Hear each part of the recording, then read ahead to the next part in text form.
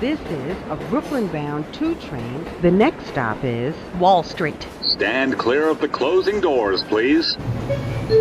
Welcome back, everyone. This is Not Your Advisor with NYU Grad on Thursday, August 22nd.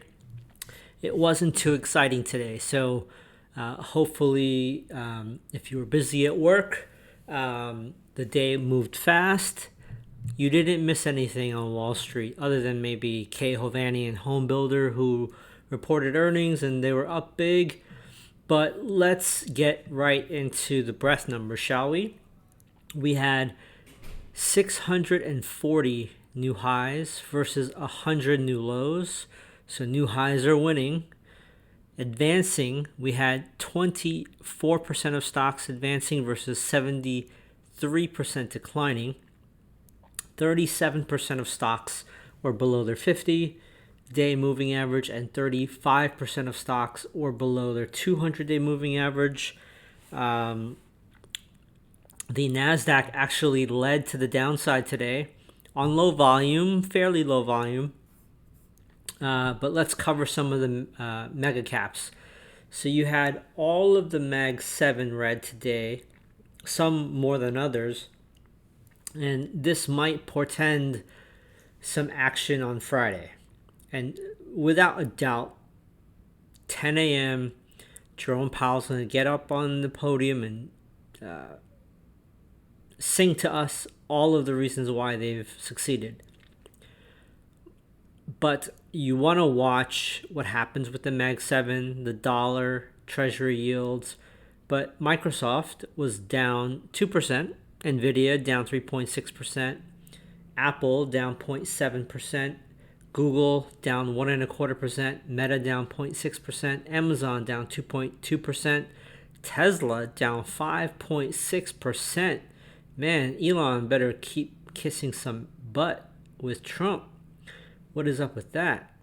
A lot of software names were negative today, like Salesforce.com was down 1% almost. ServiceNow down 2.1. So fairly red day in technology. Let's actually cover some of the sectors. So what led to the upside today? We had a few green sectors. Real estate up 0.33, praying for that rate cut that they desperately need to continue to sell homes. Financials up 0.21. Energy up a smidge, 0.03%.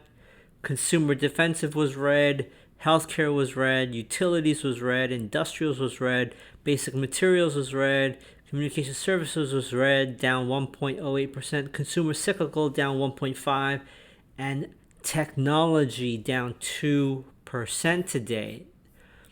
The 10-year yield closed green.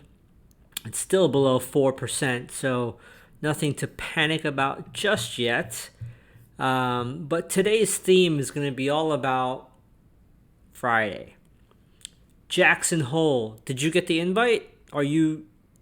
Should we meet up for drinks? Are you going to be landing at Jackson Hole on a private jet? I'll meet you at gate 2. We can take a private limo, go catch some hors d'oeuvres and some whiskey. Oh, no, you didn't get the invite. I'm sorry. So Jackson Hole is where many of our masters pontificate, network, and decide our futures. I'm going to quote one of my favorite movies of all time, Kung Fu Panda. The strongest of us sometimes have the hardest time fighting what's on the inside. And right now, there's just so much narrative and stories driving the markets. But what you decide to do with your money affects the outcome of your wealth for you and your family. So whatever the news says, whatever the elections happens, whoever wins the presidency, whatever Jerome Powell says about rates hiking or lowering, if the Yankees win, or the Angels win, or the Dallas Cowboys win, your decisions impact your life, not Jerome Powell. I want to make sure you understand this and you take control of your wealth. So I want to give a quick shout out to Tim Knight at Slope of Hope. He had posted, he posts so often, a lot of his content gets buried. I would highly recommend you subscribe to Slope of Hope, not for only the comments. I've been there for 14 years, and keep in mind the blog and comments is typically a bearish site.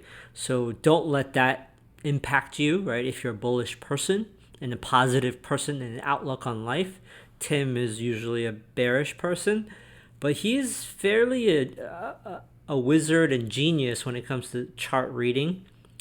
And sometimes he gets in his own way. But he posted yesterday a great chart of the S&P ETF SPY, and he overlaid the last four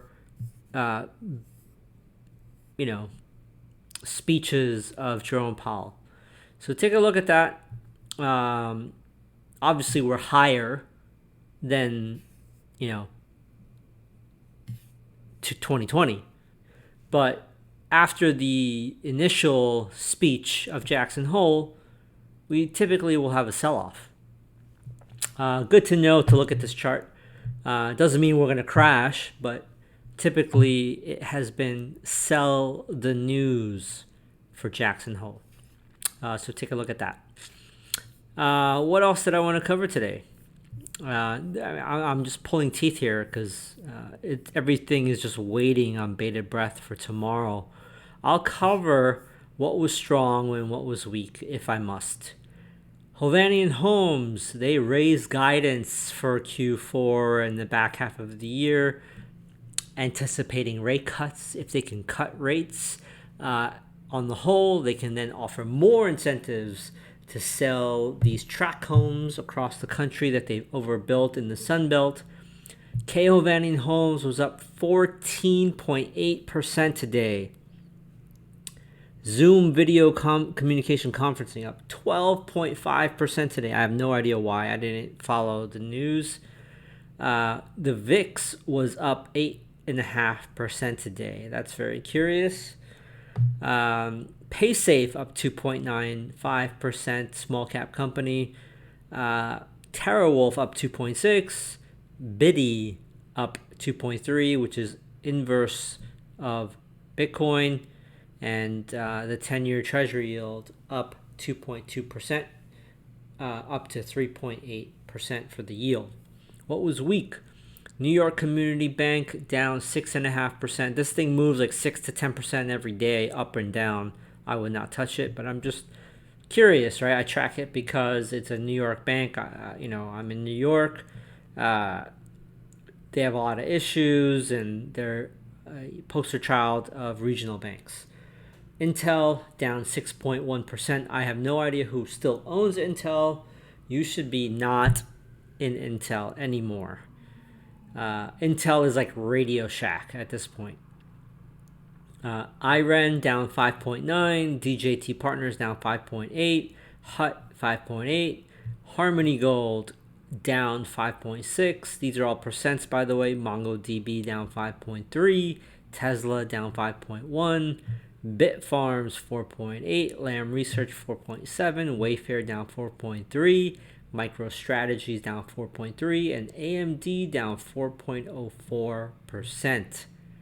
Free members, I don't want to sound dismissive, but the only game in town is Jerome Powell, 10 a.m. Friday, Jackson Hole. Tune in because he is going to massage you with his lips and words. Premium members, please stay on. I do have charts to cover today. That's my train. Stand clear of the closing doors, please.